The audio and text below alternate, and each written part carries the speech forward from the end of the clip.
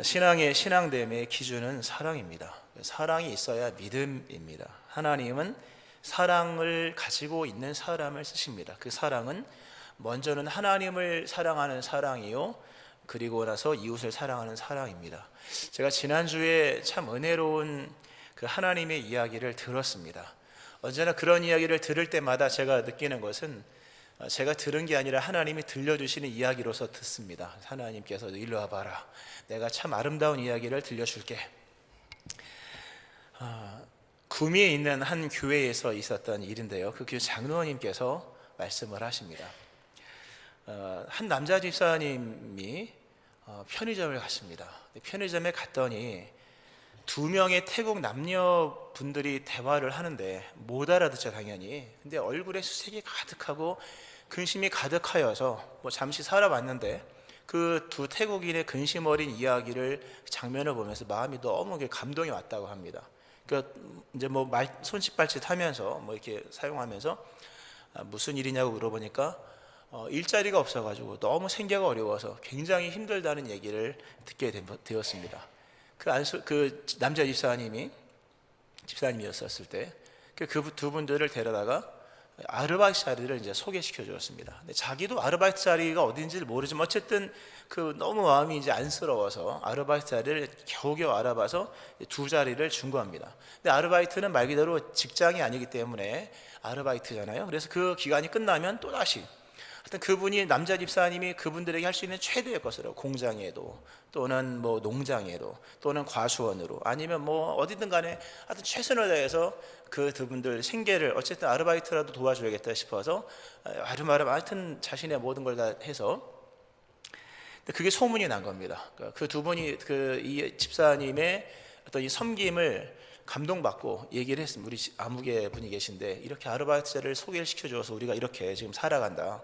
소문이 나니까 더 2명이 4명이 되고 4명이 8명이 되고 8명이 10명이 되고 20명, 30명, 40명, 50명, 60명, 70명, 100명, 150명까지 된 거예요. 나중에 이분이 도저히는 안 되겠다 싶어서 이분이 인력사무소를 차립니다. 갑자기 사장이 되셨어요. 돈을 얼마나 버는지, 장로님이 이거 사이드로 얘기하신 건데요, 한 달에 1,000만 원은 그냥 기본이라고 하더라고요. 이분이 믿음이 좋으신 집사님이 진짜 은혜로운 건 돈 얘기가 아니라 진짜 은혜로운 건 이분이 그 태국 분들을 다 교회로 데리고 온 거예요. 또 감동받은 태국인 분들이 다 교회로 들어가서 태국인 예배가 생기고 거기서 복음화가 되어서 태국인 집사님이 세워지고 태국인 안수 집사님이 세워지는 거예요. 또 다 이제 노동하시는 태국인들이기 때문에 11조를 하는데 얼마나 많이 하는지, 할렐루야. 제가 그 얘기를 들었어요. 실제로 들은 얘기입니다. 실제로 들은 이야기인데요, 지금도 그분 그렇게 인력사무소 사장님을 하시고 많은 태국인들과 외국인들을 돕고 계시는데요, 그걸 보면서 하나님의 역사는 대단한 걸로 시작된 것이 아니구나. 편의점에서 만난 그 2명의 근심 어린 태국인들을 돕기 위한 그 마음, 그 사랑의 마음이죠. 하나님을 신실하게 사랑했던 한 남자 집사님이 하나님의 사랑을 실천하기 위하여서 단지 도왔을 뿐인 거예요. 열심히 도왔더니 150명이 모였고 더 돕기 위해서 인력사무소를 차린 거예요. 잘 되는 거죠. 하나님의 역사심의 이면에는 언제나 하나님을 진실하게 사랑하는 사람이 있습니다.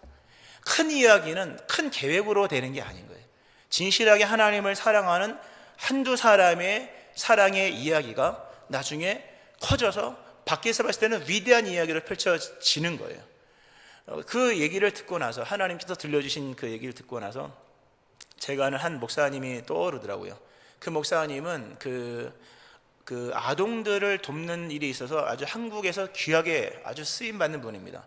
대통령 다 만났고요. 하여튼 굉장히 큰 일을 감당하고 계신데요, 하나님이 엄청나게 많은 은혜를 주셔서 정말 큰 그 사역에 쓰임받습니다. 지금까지 귀하게 쓰임받는데요, 그 얘기를 들어봤어요. 저랑 아주 친하거든요. 제 학교 다닐 때 저랑 방을 같이 썼던 룸메이트 형님이셨는데요, 오랜만에 만나서 긴 얘기를 했는데요, 그분이 원래 잠실에 있는 큰 유명한 교회에서 수석 부목사님을 하셨습니다. 목회를 잘했어요. 근데 이제 부르심을 따라 해남 지방으로 데려갔어요. 지방으로 내려가서 작은 교회에서 목회를 하는데요, 그 동네 바로 옆 동네에서 어떤 일이 있었냐 하면 벌써 한 이거 25년, 30여 년 전 얘기니까요.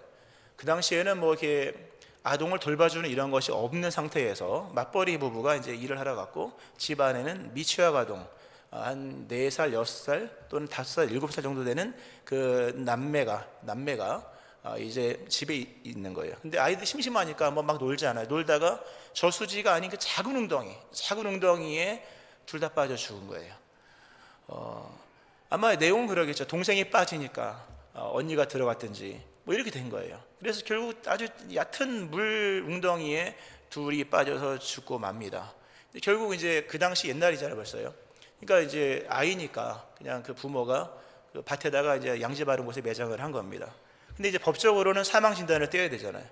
경찰이 와서 다시 무덤을 파라 그래가지고 무덤을 판 거예요. 그러니까 엄마가 충격을 2번 받은 거죠. 더 이상은 여기 있을 수 없다 해서 엄마가 충격받고 이제 떠났죠. 떠나고 그 당연히 가정은 이제 풍비박산 난 겁니다. 그 얘기를 이 목사님이 들었어요. 그러니까 진짜 마음이 너무 아파가지고 그분이 결단을 했어요. 하나님 아버지, 제가 다른 것은 몰라도 집에서 맞벌이 부부로 남아있는 애들만큼은 내가 한번 먹여보겠습니다. 먹이고 내가 그 아이들을 엄마 아빠 올 때까지 돌보겠습니다. 이런 일을 한 거예요. 지금은 뭐 지역 아동센터 이런 게 많잖아요. 근데 그 당시는 전혀 없었을 때거든요. 옛날에 없었잖아요.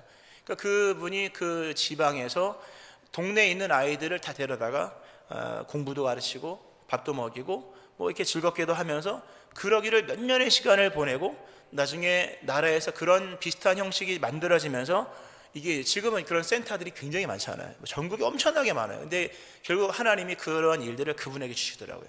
그분이 지금 그 일을 얼마나 잘하는지 몰라요. 아주 자랑스러운 우리 동기요 친구 목사님이신데, 형님이신데 마찬가지예요.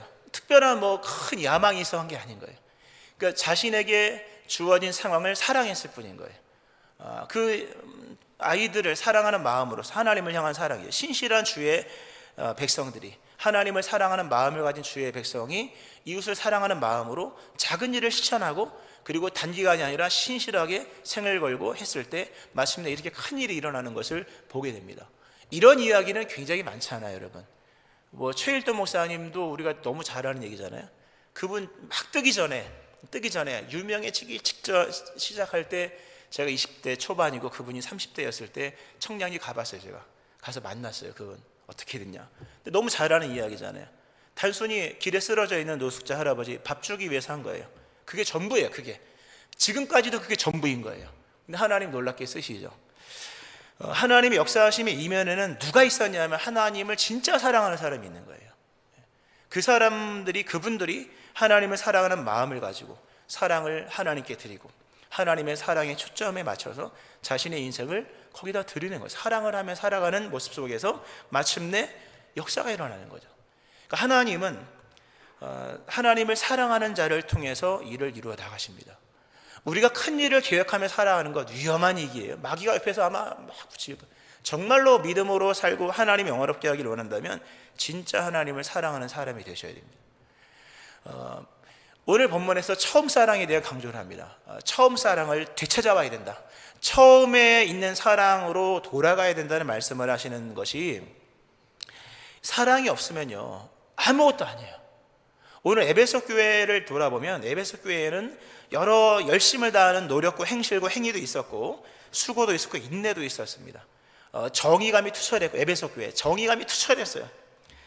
그리고 매우 비판의식이 있었고, 비판의식과 더불어 개혁에 강한 실행력이 있어서 엄청난 많은 개혁을 했으며, 또 의를 추구하는 그 의에 대한 강한 열망이 있었기 때문에 바르고 올곧은 것을 세워나가고, 특별히 이단들을 척결하고, 이 당시에 사도들이 거의 이제 다 돌아가셨거든요. 몇 남지 않은 사도들을 통해 전수되어진 복음의 진수를 유지하기 위해서 진리의 칼을 들고 진리의 검을 들고 거짓과 싸워나갔던 최전방에서의 어떤 선봉을 에베소 교회가 한 거예요. 얼마나 큰 일을 한 겁니까? 이단과 싸우고 숨어있는 이단들을 색출하고 이런 거예요. 근데 문제는 뭐냐면, 그렇게 일들을 하다가 어느 순간에 하나님을 만나는 시간들을 잃어버리고 정의보다 더 중요한 정의의 실체의 근본이신 예수님을 만나는 시간이 소홀해지는 거예요. 의보다 더 중요한 것은 하나님 그 자체인 거잖아요. 근데 그분을 만나는 시간들이 소홀해지면서 마침내 사랑이 사라져버린 거예요. 그 사랑이 사라져버린 상태에서 중요한 얘기입니다. 사랑이 사라져버린 상태에서도 우리는 얼마든지 정의감을 가지고 의를 추구하고 비판의식을 가지고 그리고 개혁을 실행할 수 있는 사람이 되는 거예요. 문제는 뭐냐면 그렇게 하면은 아무것도 되지 않는다는 거예요. 아무것도 뭐 되는 것 같아도 남는 것은 역사의 상처를 남기고 오점을 남기는 거예요. 이게 사랑이 없으면 아무것도 아니라고 하잖아요, 여러분. 사랑으로 시작한 것은 작은 일일지라도 큰 역사를 이룹니다. 그러나 사랑이 사라져버리면 큰 일을 이룬 것 같으나 남는 결과는 뭐냐 하면 원망과 불평과 상처를 주는 일뿐인 거예요. 우리가 주님의 일을 하다가요, 막 갑자기 막 원망이 나옵니다. 원망은 다른 사람을 향해 쏘는 화살이거든요. 다 그 화살 통해 시험 엄청 들은 것인데 왜 그렇게 원망과 불평과 또는 영광이 아니라 오점을 남기느냐 할 때 사랑이 없기 때문에. 사랑 없이도 얼마든지 올곧게 살 수가 있어요. 근데 그런 분들을 통해서 다 상처받는 거예요. 사랑 없이 진리를 추구할 수 있는데요, 그러면 엄청난 과오를 범하는 거예요. 상처를 주는 사람이 되는 거예요. 에베소 교회가 지금 그런 교회였다는 거예요. 뭔가 굉장한 일을 했으나 한 예수님께서 하신 말씀이 너희는 사랑을 버렸다. 그래서 나는 더 이상 너희를 쓰기가 어렵다. 만일 돌이켜 회개하지 아니하면 처음 행위를 가지지 아니하면 나는 너희의 촛대를 옮길 것이다. 이런 무서운 얘기를 합니다. 제일 무서운 말씀 중에 하나잖아요. 버린다는 표현이잖아요. 촛대는요, 여러분, 촛대는 초가 있을 때만 갖다 놓습니다. 저희도 초를 좋아해서요. 초를 좋아하고 우리 뭐 성탄절에 촛불 많이 켜놓잖아요. 촛대가 얼마나 많은지 몰라. 이만한 거부터 시작해서 이만한 거부터 뭐 이렇게 5개짜리 4개짜리 엄청 많더라고요. 많은데요, 다 피아노 위에 올려져 있어요. 피아노 잡동사니 위에 다 올려져 있잖아요. 언제 꺼내냐 하면요, 성탄절이 되면 다 꺼내요. 다 꺼내서 불 킬 때. 촛대는 불을 킬 때만 씁니다. 불이 켜 있는 상태에 있을 때만 촛대는 의미가 있는 거예요. 사랑이 꺼져버린 심령은 불이 꺼진 촛불과 같은 거예요. 더 이상 예수님께서 쓰실 만한 이유가 없는 거예요. 오늘 본문 속에서 예수님께서 말씀하시죠. 나는 7뼈를 들고 있다. 그리고 7 촛대 사이를 거니신다. 타오르는 촛불과 촛대 사이를 거니시는 분이에요. 그렇게 일하신다는 거예요, 여러분. 하나님을 사랑하는 마음이 진짜 있고 그 사랑을 실천하고 그 사랑의 뜨거움을 가지고 살아가는 성도 곁을 주님은 운행하시는 거예요. 오늘 본문 말씀에 분명히 말씀하셨잖아요. 7 촛대 사이를 거니시는 분으로서 에베소 교회가 어느 순간에 의무와 또는 정의와 비판의식과 또는 진리에 대한 개혁의 의지, 아름다운 거예요. 나쁜 건 아니에요. 그러나 사랑이 없으니까 본연의 일들을 감당을 못하는, 상처만 남기고. 여러분 생각해 보세요. 당시에 기독교 안에 수많은 이단들이 들어와 있었거든요. 이단은 다 숨어 있어요. 숨어 있으니까 다 색출을 해야 되잖아요. 찾아서 뽑아내야 되잖아요. 그러려면 어떻게 됩니까? 물어봐요. 당신 이단이 아니야. 그래. 당신 진짜, 우리 교회 가끔씩 그런 질문 하시는 분 있어요. 목사님, 우리 교회에도 신천지가 있을까요? 물어봐요. 옆에 사람 얼굴 한번 봐보세요. 그 물음표를 가지면요, 목회가 안 돼요. 야, 신천지가, 누가 신천지일까? 그분 가만히 보니까 신천지 갔네. 이러면은 안 되는 거예요. 제가 없습니다 이래요. 왜냐면 색출하려고 하면요, 교회는 끝나는 거예요. 문제가 많다는 관점으로 접근을 하면 위험한 거거든요. 이 에베소 교회가 그런 관점으로 숨어 있는, 가만히 들어온 이단들을 색출하기 위해서 온 교회를 뒤집어 놓는 거예요. 남아 있는 것은 정의가 남았지만, 정의는 남아 있을지 모르지만 상처 입은 사람만 수락한 거예요. 하나님의 영광이 아닌 거예요, 여러분. 이런 모습이 있었던 것은 너무 정의와 비판의식과 의에 대한 추구가 다 바리새인인 거잖아요, 여러분. 생명 없는 형식주의, 굉장히 위험한 건데 결국 예수님에 대한 사랑을 저버렸다는 거죠. 근데 원래부터 그랬냐? 원래는 아니었어요. 사랑이 충만한 교회였습니다. 여러분의 심령을 돌아보세요. 일단 뭐 전개하기 전에 여러분의 믿음을 봐보세요. 과연 주를 향한 사랑이 있는가? 주를 향한, 특별히 처음 사랑이잖아요. 이게 시간적으로 첫사랑을 말하는 게 아니라 본질적 의미 속에서 진짜 사랑을 말하는 거예요. 진짜로 하나님을 사랑하는가? 큰 일이 아니어도 사랑으로 할 수 있는가? 큰 목적을 갖고 하는 게 아니라 사랑 자체가 목적이어서 그저 사랑함으로 일을 행하는 이런 모습이 우리 안에 있는가 할 때, 그 모습이 있을 때에만 하나님 앞에 쓰여지는 거예요. 회복하시기를 축원합니다. 에베소 교회가 원래는 그러지 않았거든요. 원래는 정말 그 하나님을 향한 사랑이 뜨거운 교회였습니다. 그 에베소 교회 이야기 어디 나오냐면 사도행전 19장 20장 나와요. 나중에 집에 가서 읽어보세요. 그리고 에베소서를 보면 알 수 있어요. 에베소서를 보면 에베소 교회 성도들이 진짜 말씀의 은혜를 많이 받고 있다는 걸 알 수가 있어요. 그리고 복음을 깊이 있게 이해할 수 있는 실력이 있다고 말할까요? 우리가 이제 각자 믿음의 깊이가 있잖아요. 근데 믿음의 깊이는 인내와 시련으로 세워지고, 또 하나는 말씀이 깊이 있게 풀어져야 돼요. 그러니까 에베소 교회의 특징이 뭐냐면 하나님의 하나님의 말씀, 그리스도 예수의 복음이 더 정확하게 풀어진 교회로서 사도행전은 소개를 합니다. 말씀이 깊이 있게 풀어진 거예요. 우리가 에베소서 읽어보면 진짜 은혜로운 말씀 막 철철 넘쳐나잖아요. 거기 이런 말씀이 나오죠. 읽어만 드려도 은혜로운 긍휼이 풍성하신 하나님이 우리를 사랑하신 그 큰 사랑을 인하여 허물로 죽은 우리를 그리스도와 함께 살리셨고, 너희는 은혜로 구원을 받은 것이라. 너희는 그 은혜에 의하여 믿음으로 말미암아 구원을 받았으니 이것은 너희에게서 난 것이 아니라 하나님의 선물이라. 행위에서 난 것이 아니니 이는 누구든지 자랑하지 못하게 함이라. 참 귀한 말씀이에요. 복음을 제대로 이해하면 이게 행위가 아니고 공로가 아니구나, 전적인 은혜이고 선물이구나, 이 깊이 있는 은혜가 있는 거예요. 그러므로 행위와 공로로 씨름하지 않아요. 아까 그 말씀 안 드렸는데, 사랑이 식어져 버리면요 남는 건 공로와 행위만 남아요. 근데 공로와 행위로는 구원을 받을 수 있을까 없을까 여러분? 공로 못 받아요. 공로와 행위로는 구원을 못 받는 거예요. 사랑이 사라져 버리면 그 순간 행하는 모든 찬송부터 시작하여서 이 설교까지 포함해서 여러분 행하는 모든 여러 굳은 일까지 다 포함해서 사랑 없이 행하는 모든 것들은 행위와 공로로 전락되는 거예요. 행위와 공로로는 아무리 노력을 해도 천국에 갈 수가 없는 거예요.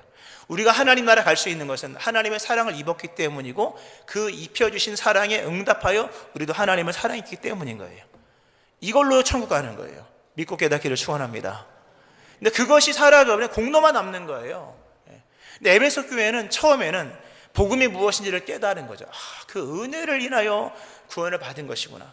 말씀에 깊이가 있었고, 그리고 중요한 것 중에 하나, 어려운 말씀을 강론할 때도 잘 새겨들었던, 우리 에베소 교회의 특징이 뭡니까? 두란노 서원이잖아요. 두란노 서원이라는 곳에서 사도 바울이 2년 동안 날마다 말씀을 강론했다. 요즘 설교하려면요, 설교를 하려면 재밌는 얘기 막 터뜨려야 돼요. 막 웃긴 얘기 터뜨리고 눈물 짜내고 이래야 되는데, 원래 설교는 그런 게 아닌 거예요. 원래는 말씀을 그냥 강론하는 거예요. 진리의 말씀 이런 것입니다. 물론 성령 역사하셔야 되지만, 에베소 교회는 그 딱딱한 복음의 진리의 말씀을 깊이 있게 이해할 줄 아는 믿음이 있었던 거예요. 이게 말씀이 깊어요. 여러분도 깊이 있는 말씀의 세계가 임하기를 축원합니다. 우리 교회가 그 사순절 때 사순절에 그 6주죠. 6, 7에 42. 그 6주간 동안 우리가 특별 새벽 기도하면 아주 진짜 정말 딱딱한 설교 하거든요. 근데 그 일부러 하는 거예요.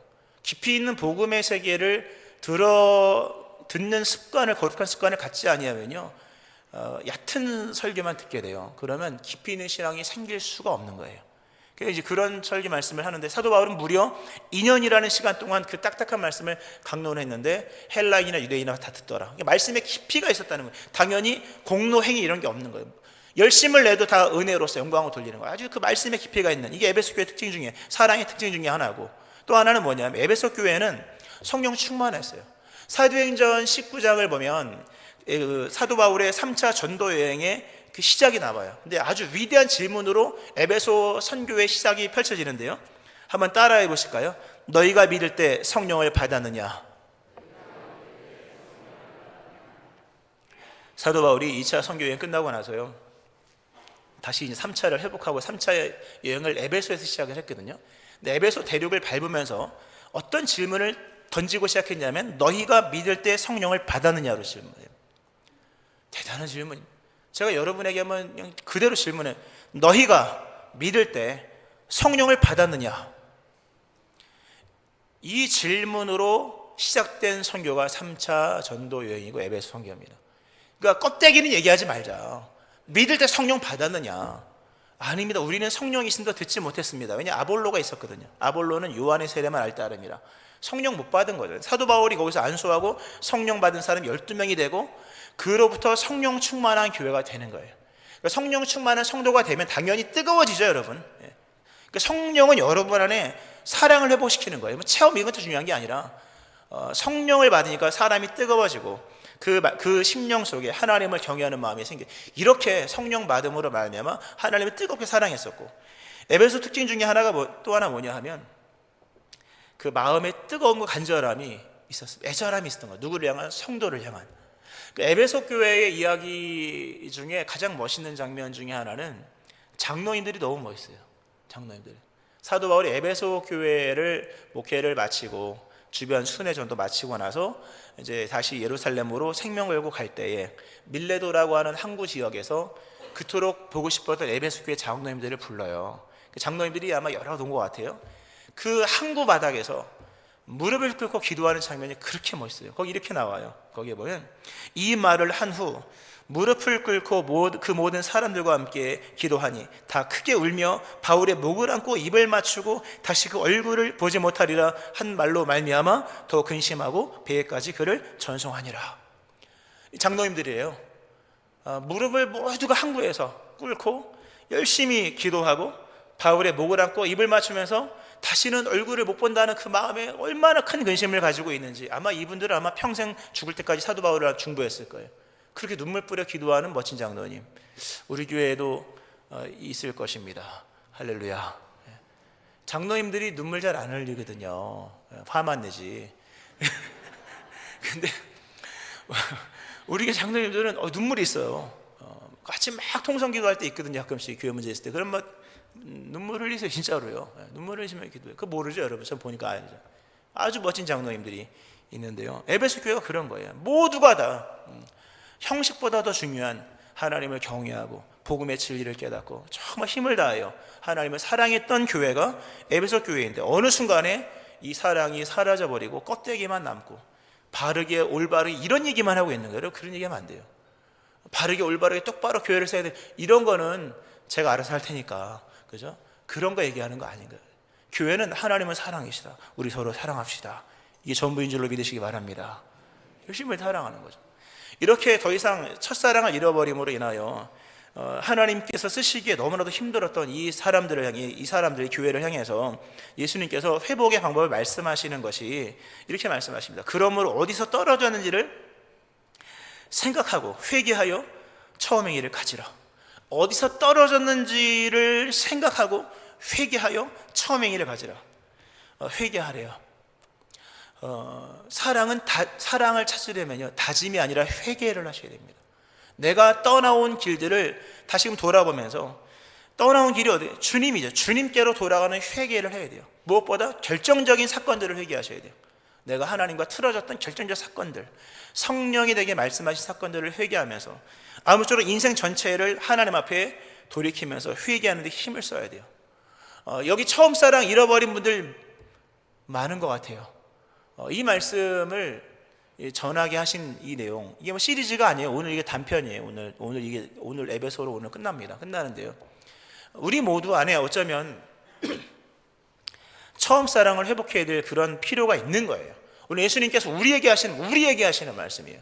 교회적 차원이라기보다는 교회 속해 있는 각 개인에게 말씀하시는데, 처음 사랑이 다 꺼져버렸다. 그러므로 회개하라는 거죠. 회개를 너무 미루면요, 나중에 회개 안 됩니다, 여러분. 모든 은혜는 다 때가 있는, 은혜 받을 만한 때의 구원의 날인 거죠. 회개의 때를 밀어버리면 더 이상 스스로 회개할 수 없는 절망의 상태가 이르게 돼요. 그러면 끝나는 거예요. 그러므로 기회가 남아있을 때 돌이켜서 처음 사랑을 회복하시기를 축원합니다. 다 회개하셔야 돼요. 그런가 하면 이 회개에 대한 말씀을 하시기 전에 뭘 말씀하시냐면, 어디서 떨어졌는지를 생각하라. 참 중요한 말씀이에요.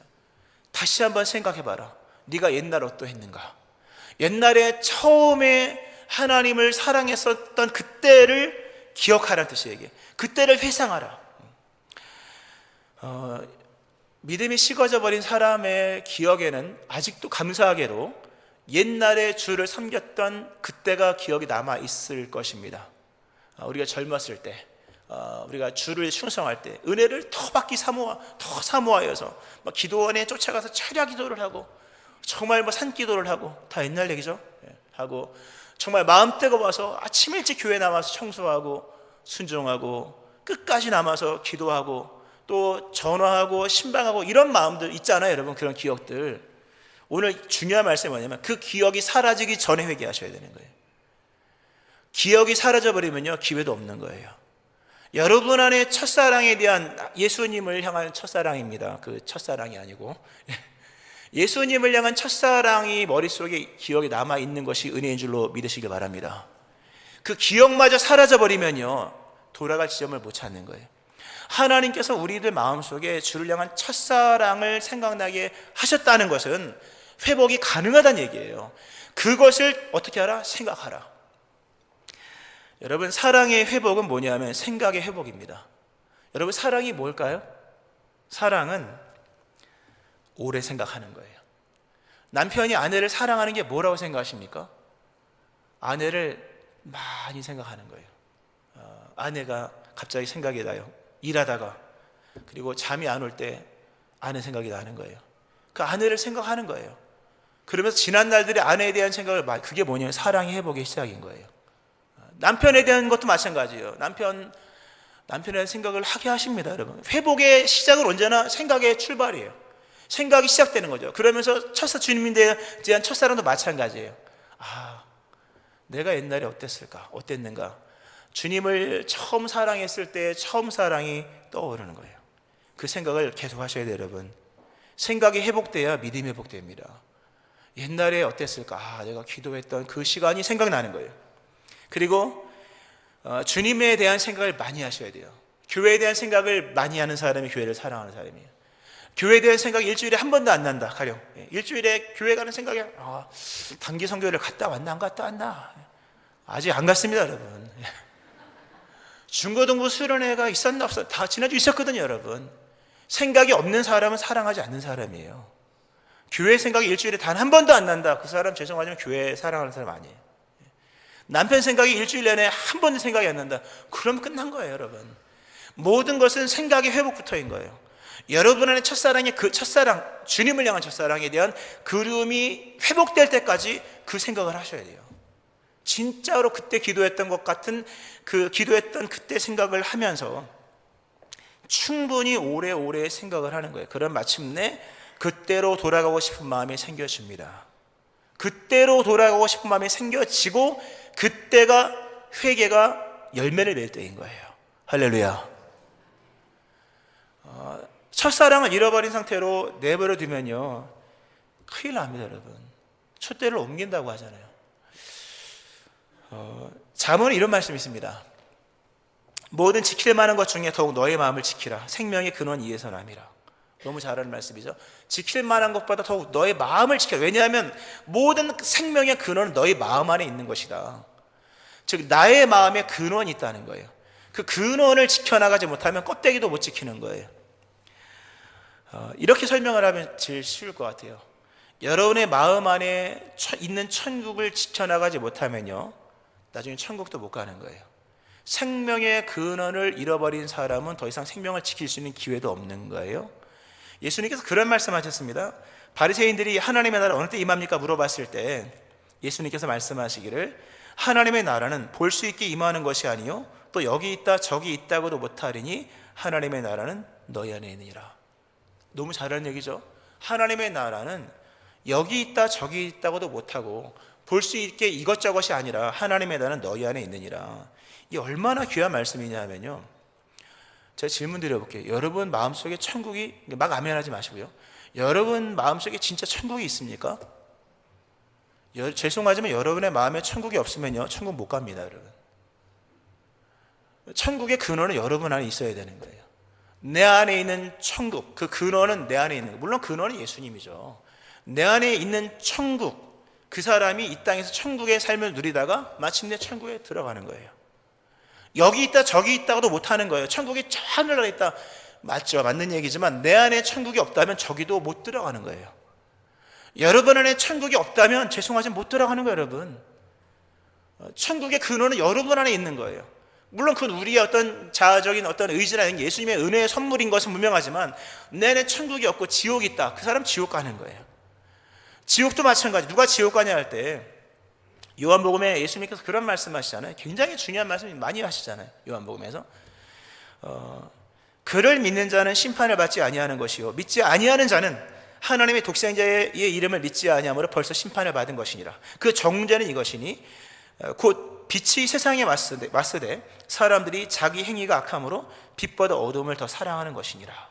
악을 행하는 자마다 빛을 미워하여 빛으로 오지 아니하나니 이는 그 행위가 드러날까 함이요 라는 말씀이 있습니다. 누가 지옥 가냐 하면요, 어둠을 사랑하는 사람이에요. 여러분 안에 빛보다 어둠을 더 사랑하면 이미 그 자체가 정죄인 것이고, 정죄가 떨어지면 뭡니까? 실형을 사는 거예요. 그래서 지옥 가는 거예요. 여러분의 마음속에 빛, 선하신 하나님에 관한 것이 없어지고 음란과 방탕과 술 취함과 정욕과 세상의 일락 이런 것들을 추구하고 그것을 은밀히 즐기고 그것을 사랑하다면 그 사람 지옥 가는 거예요, 여러분. 이 형식으로 천국 지옥을 말할 수 있는 게 아닌 거예요, 여러분. 여러분의 마음속에 정말로 천국이 임한 사람은 그냥 천국 가는 거예요. 살다가 천국 가는 거예요. 죽어서 가는 게 아니라 여기서 이미 간 거예요, 천국에. 지옥도 마찬가지. 죽어서 지옥 가는 건 너무 당연한 얘기고, 내 안에 빛보다 어둠을 더 사랑해요. 하나님을 사랑하는 마음이 하나도 없어요. 그리고 어둠을 더 사랑한다. 빛보다 어둠을 더 사랑한다. 사랑의 중심이 하나님이 아니라 어둠을 사랑하는 마음으로 사랑의 중심이 그렇게 옮겨져 버린 사람은요, 이미 끝난 거예요, 여러분. 끝난 겁니다. 여러분의 마음속에 이걸 이제 사랑으로 다시금 치환해야겠죠. 하나님을 향한 사랑이 있는 사람은 천국 가는 거예요. 그 사랑을 실천하면 위대한 일이든 작은 일이든 귀한 하나님의 일들이 일어나는 거예요. 근데 여러분의 마음속에 하나님을 향한 사랑이 없다면 천국 가겠습니까, 여러분? 하나님을 사랑하는 자만이 갈 수 있는 곳이 천국이잖아요. 믿으십니까? 믿음은 믿습니다가 믿음이 아니라 하나님의 사랑에 대한 인간의 응답이잖아요. 사랑은 사랑으로서 응답해야 됩니다. 아멘 하시기 바랍니다. 사랑은 사랑으로만 응답이 가능한 거예요. 진리는 믿음으로 응답하는 것이고, 그분이 사랑하셔서 아들을 주시고 우리를 구원하시기 원하신다면 우리도 하나님을 사랑하는 사랑으로서 응답하는 거예요. 이 사랑의 부르심과 사랑의 응답이 맞춰질 때 이게 구원인 거예요. 그러니까 여러분의 마음속에, 우리의 마음속에 하나님을 사랑하는 마음이 없다면 없는 거예요, 여러분. 그러면 천국이 없는데 무슨 천국을 가겠습니까? 그러므로 우리의 중심의 세계를 돌아보고 이제는 마음을 돌이켜서 어디서 떨어졌는지를 생각하고 다시금 어쩌면 마지막일 수 있는 거잖아요. 마지막으로 주시는 이 기회를 붙들고 다시금 처음 있는 사랑으로 돌아가야 되는 거예요. 돌아가시기를 축원합니다. 다윗 이야기하고 마치는데요, 다윗이 하나님 앞에 큰 죄를 범하죠. 간음죄를 범하고 그리고 거짓말을 행하고 살인을 행합니다. 바세바를 취하고 그의 남편 우리아를 죽이죠. 그가 그렇게 시간이 1년이 넘게 지났을 때 나단 선지자를 통해서 책망받고 비로소 자신 안에 사라져버린 4가지를 깨닫습니다. 4가지.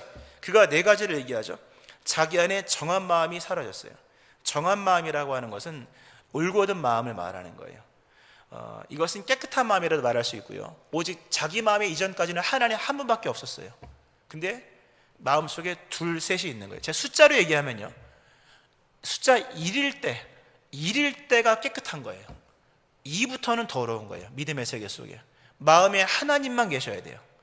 하나님도 있고 다른 것도 있는 거예요. 그때부터 마음은 정한 마음이 아닌 거예요. 두 마음은 정하지 않아요. 그때부터는 뭡니까? 하나님 앞에 바르지 않은 거예요. 그 정한 마음이 사라지고 또 하나는 정직한 영이 사라졌어요. 정직한 영이 사라지면 거짓의 영이 들어와 있다고 하거든요. 거짓의 영은 뭡니까? 마귀잖아요. 깨끗한 영이 사라진 거예요. 깨끗한 것을 사랑하지 않으면 더러운 게 들어요, 여러분. 근데 이 정직한 영이라는 단어를 썼을 때 우리가 정말로 하나님을 사랑하지 않으면 마음속에 거짓의 영이 들어오는 거예요. 로마서의 말씀에 12장의 말씀에 이런 말씀, 사랑엔 거짓이 없나니. 오직 사랑할 때만 거짓이 없게 되는 거예요, 여러분. 깨닫고 믿기를 축원합니다. 근데 다윗이 마음속에 정한 마음이 사라지고 정직한 영이 사라지고 또 하나는 구원의 즐거움이 사라진 거예요. 즐거움, 궁극적 즐거움은 구원에 있는 것인데 그게 사라지고, 마지막 한 가지는 자원하는 심령이 사라졌어요. 하고 싶지가 않은 거예요. 겨우 막 땡겨 와서 겨우 앉혀놔에 앉아있는, 그렇게 믿음 생활하지 마셔야 됩니다. 자원하는 심령이 없으면 누구도 붙잡아 줄 수가 없어요. 길게 설명하지 않을게요, 시간이 없으니까. 이 4가지, 정한 마음 사라지고 정직한 영 사라지고 그리고 구원의 즐거움 사라지고 자원하는 마음 사라진 거예요. 뭐가 사라졌다는 얘기입니까? 주를 향한 처음 사랑이 사라진 거예요. 지옥이에요, 지옥. 근데 놀랍게도 그 네 가지가 다 사라지고 주를 향한 처음 사랑이 다 사라졌는데, 놀랍게도 아직까지 자기 안에 사라지지 않은 것이 있었으니 성령이 남아 있었다. 그 바울이 그러잖아요. 내 안에 있는 성령을 거두지 마옵소서. 아직 성령이 남아 있다는 거예요. 왜 남아 계실까요, 여러분? 다윗으로 하여금 회개하여 다시금 하나님께로 돌아오라고 남아 있는 거예요. 우리에게 남아 있는 시간들, 우리에게 오늘이 남아 있는 거잖아요. 오늘 남아 있고 우리 안에 성령님은 아직도 계세요. 왜 계실까? 우리로 하여금 돌이켜 회개하여 다시금 하나님을 사랑하는 사람으로 세워지게 하시기 위하여 우리 안에 믿음이 아직 남아있는 것이요 성령께서 남아 계신 것이며 우리에게 오늘 날수가 주어진 거예요. 이 기회를 붙들고 회개하여 주님께 돌아가시기를 축원합니다. 돌아가야 되는 거예요. 이 경고의 말씀을 들을 수 있어야 돼요. 이 은총의 말씀을 들을 수 있어야 되고, 이 부르심의 이 소명, 이게 소명이에요. 경고만이 아니라. 말씀했습니다. 무엇 때문에 피곤할까? 무엇 때문에 일이 잘 안 될까? 하나님을 향한 사랑이 없으면 피곤합니다. 하나님을 향한 사랑이 없으면 거창한 일을 하는 것 같아도 아무것도 아닌 거예요. 그러나 진짜로 하나님을 향한 사랑이 있는 사람은 편의점에 가서도 역사가 일어나는 거예요, 여러분. 진짜로 하나님을 사랑하는 사람에게는 들려오는 소리가 하나님의 사명의 부르심의 소리가 들려지게 되는 거예요. 여러분의 마음속에 정말로 하나님을 향한 사랑하는 마음이 회개함으로 돌이킴으로 회복되기를 바라고, 다시 한번 하나님 앞에 귀하게 쓰여지는 은총이 임하기를 주의 이름으로 축원합니다. 아멘. 기도하시겠습니다.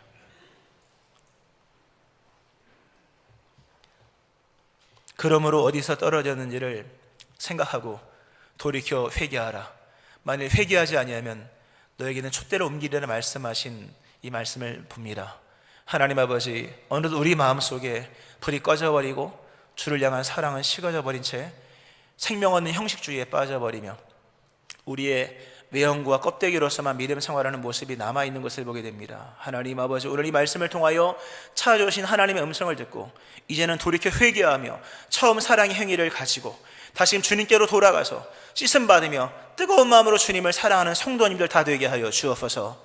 이 하나님을 사랑하는 사랑 안에서 하나님의 역사가 펼쳐지는 것이니 진실함으로 하나님을 사랑하는 처음 사랑 모두에게 회복되는 은혜가 있게 하여 주옵소서. 감사드리며 예수님 이름으로 기도합니다. 아멘.